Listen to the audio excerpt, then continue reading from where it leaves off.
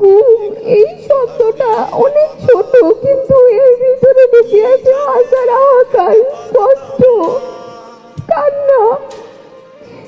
আমার ছোট থেকে একটাই স্বপ্ন যে আমি আমার বাবার সাথে স্কুলে যাব, কিন্তু এখন পর্যন্ত আমার এই স্বপ্নটা পূরণ হচ্ছে না। আমার এই স্বপ্নটা কি আদৌ পূরণ হবে? আমার ভাই কি বাবার মুখটা দেখতে পারবে?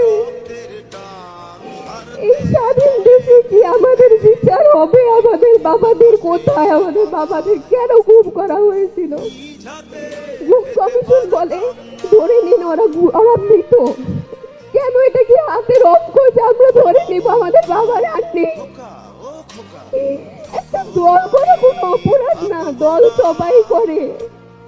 এর জন্য এটা কেমন বিচারে বাংলাদেশে? বছর যায়, নতুন বছর আসে, কিন্তু আমাদের বাবার আসে না।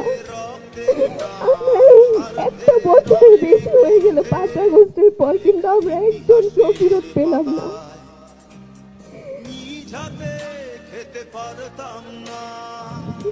আমি তারেক রহমান চাচুর কাছে আশা করি যে আমাদের বাবাদের খুঁজে দিবে, এই বাংলাদেশের মাটিতে বিচার করবে।